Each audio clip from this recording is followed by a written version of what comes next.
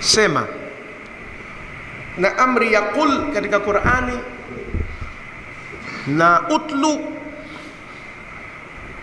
sema, soma, iqra, utlu, hizi ni amri ambazo kwa mara ya kwanza zinaelekezwa kwa mtume wetu Muhammad sallallahu alayhi wasallam.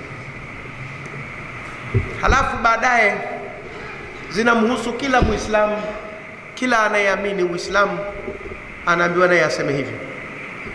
Lakini kwa mara ya kwanza zinakuwa zinamhusu yeye. Kuna amri inokuja kwa mfumo wa umoja na kuna amri inokuja kwa mfumo wa wingi, kama ile inayosema aqimis salata liduluki shamsi ila ghasaqil layli wa qur'an al-fajri inna qur'an al-fajri kana mashhuda. Simamisha sala kwa ajili ya kuseguka jua au kutenguka jua kwa Kiswahili sanifu, ambayo kwanza inazungumza na Mtume sallam, alafu baadaye inazungumza na kila muumini. Lakini zile za pamoja, wa aqimus salata wa atu zakata, zinakwenda moja kwa moja kwa waumini. Kwa hivyo amri za mtu mmoja kwenye Qur'ani huwa zinamhusu aghalabu Mtume sallam kwanza, halafu umma unaingia. Qul, sema ewe Muhammad. Ndio tafsiri za wanazuoni wa zamani wakitafsiri hivyo. Inni, hakika mimi, umirtu, nimeamrishwa. Si swala la khiari, ni swala la amri. Na akisema nimeamrishwa, hakuna kumwamrisha mtume sio kwa Mwenyezi Mungu. Sasa inni, hakika mimi, umirtu, nimeamrishwa, nimepewa amri na Mwenyezi Mungu. Amri, watu wengi neno amri wanalitamka, lakini uzito hasa wa amri hawaujui. Vyombo vya dola, jeshi, polisi na vinginevyo vinajua sana maana ya amri, kwa sababu kwenye jeshi lolote lile amri ndio inayoongoza. Hata kama serikali imepinduliwa ikachukuliwa na jeshi, inaambiwa serikali inaongozwa kwa amri ya jeshi. Amri ni agizo linalotoka kwa mkubwa kwenda kwa mdogo kwa njia ya kulazimika kulitekeleza, ni amri. Ndio akiingia hapa jeshi sasa hivi akasema lala chini, mimi wa kwanza nitakuwa kulala chini kabla wewe ndugu yangu leo hapo chini, mimi nitaanguka hapa, kwa sababu najua nini maana ya amri.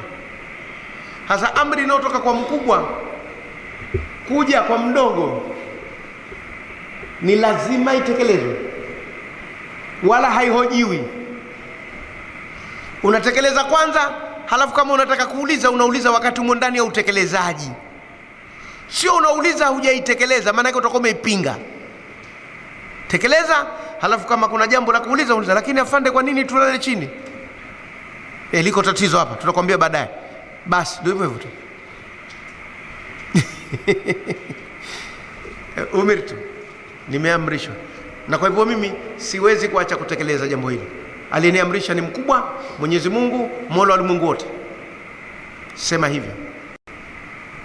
Ana abudu Allah, ni muabudu Mwenyezi Mungu. Kwa hivyo swala la kumwabudu Mwenyezi Mungu ni amri, si khiari. Wa qadha rabbuka alla ta'budu illa iyyahu wa bil walidaini ihsana.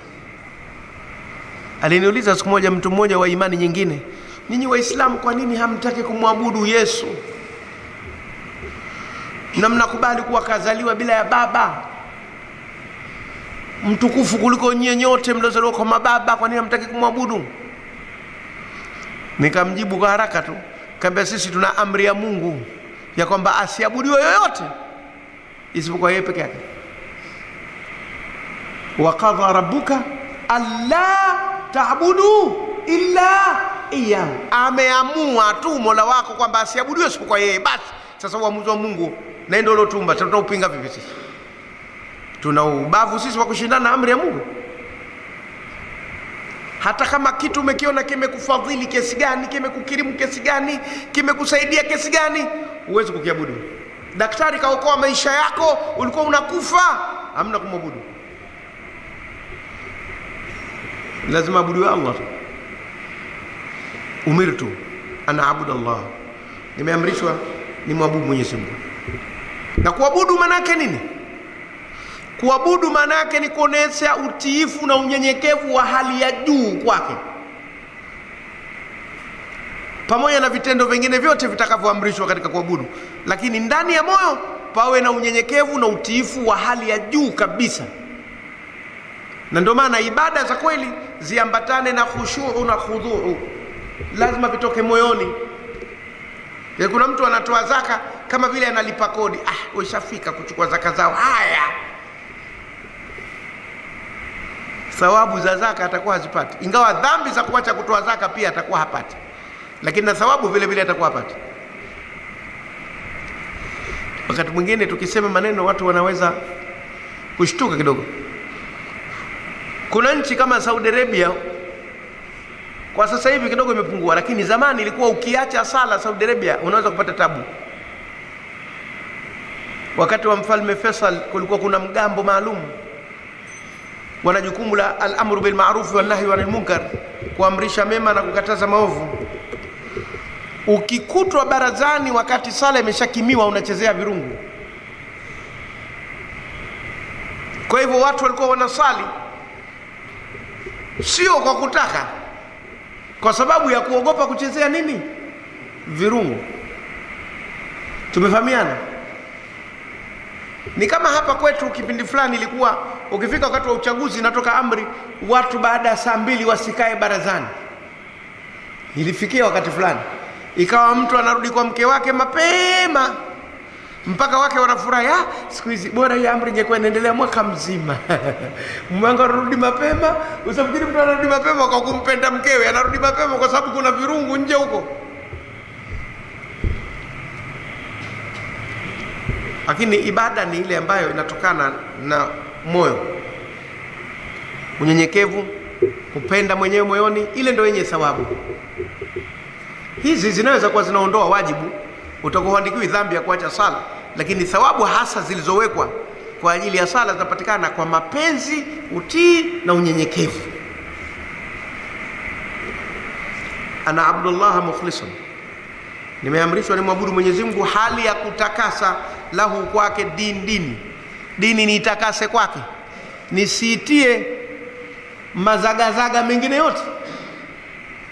Mukhlisan, hali ya kuitakasa, lahu kwake dini ni itakase, iwe kwa ajili ya Mwenyezi Mungu tu, si kwa ajili ya jambo jingine. Ikhlasi ni eneo moja gumu sana, na ambalo sote tunapata mtihani katika eneo hili, lakini kuna tunaofeli na kuna wanaofeli vibaya. Kuna tunaoyumba na kuna wanaoanguka. Kufanya jambo la dini kwa ajili ya Allah tu, si kwa ajili ya kitu kingine. Kuna kiongozi mmoja mwanawe alifeli form 4. Akapelekewa taarifa mtoto wake afeli form 4, akasema asimpelekeni japo kwenye dini huko akasome awe shekhe. Ilisikitisha sana kauli ile. Yako kwa kafeli form 4 apeleke kwenye dini huko akasome awe shekhe. Yaani ushekhe iwe ni mahala panapoangukia watu wanaofeli form 4. Katutukana kweli kweli. Mtihani mkubwa sana. Yanaonekana yule hafahamu mambo ya masomo ya skuli, ndio maana tumempeleka kwenye mambo ya dini. Inachukuliwa hivi. Na hata hawa wasomi wengine wanatudhani sana kwamba sisi tuliosoma dini ni kwa sababu tumeshindwa kusoma ile masomo mengine. Ndio fikra yao sana hiyo. Na wakikukuta unaweza baadhi ya mambo kumbe shekhe na wewe unaweza, kwa nini umekwenda huko? Yaani wanaona kama huko ni mahala pa kwa mtu anakwenda hana budi. Hilo nalo ni tatizo. Ikhlasi katika ibada ina maeneo mengi kweli. Somo lake la ikhlas kubwa sana. Nagusa tu leo kwa sababu tuko kwenye tafsiri, tuna aya za kuzitafsiri. Ingekuwa tunataka kuzungumzia ikhlasi, tungekuwa tuna mambo mengi sana.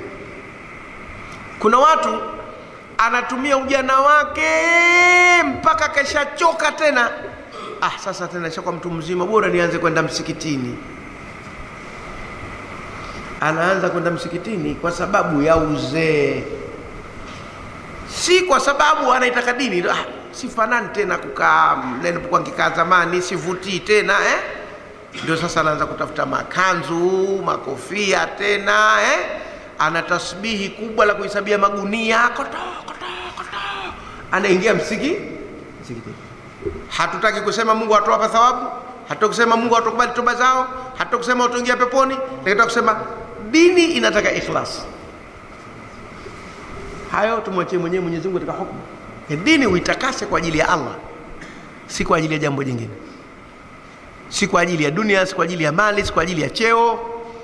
Kuna yale mengine huku kwetu, siku za kampeni wagombea wote wanasali.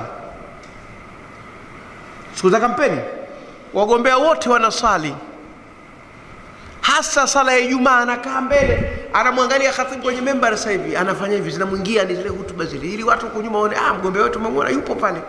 Sala ya wakifa watu maarufu hivi mbele, anashika jeneza naye anakwenda. Ikishamalizika ile kuomba kura tena, msikiti anaona kituo cha polisi. Ile ikhlasi pale kidogo inakuwa haipo. Hatusemi hawapati thawabu, hatusemi hawaabudu, la hasha. Tunazungumzia ikhlas. Ikhlas ni changamoto kwa sote, hata sisi wazungumzaji, mashehe. Kuna mwingine pakiwa pana watu wengi ndio anapata mdadi wa kusema, pakiwa na watu kidogo haoni raha. Yeye anaona lazima pawe na watu wengi. Sisi wengine wananiwekea kamera tu, mimi nafanya vipindi, mimi na kamera tu. Kwa taarifa yenu, kuna vipindi vingine vinatoka, wale wanaotegesha kamera wameshategesha kamera zao, wanakwenda kunywa chai. Mimi nimekaa pale nazungumza na mkamera, ndugu Waislamu, kama nasoma taarifa habari.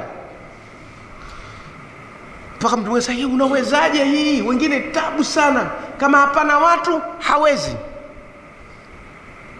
Siku moja kwa kwenye muhadhara fulani, akaja ustazi mmoja akanongoneza hapa, naona watu wamejaa, usitumie muda wote, nipe kidogo na mimi angalau dakika 20 nizungumze. Kwa kuwa watu wamejaa, anaomba dakika 20 za kuzungumza. Lakini kwa hapana watu, wacha endelee. Sasa nako kuna changamoto zake upande huu. Na hata hizi darasa mnaziona tunazilea. Mashahidi hawa, tulipoanza hapa tumeanza vipi na sasa hivi tuko vipi? Tulikuwa kama vile ni wenyewe tunahimizana, jamani shekhe bwana njooni na nini natangaza. Lakini ikishakuzoeleka inakwenda kuilea darasa tangu haina watu mpaka ina watu.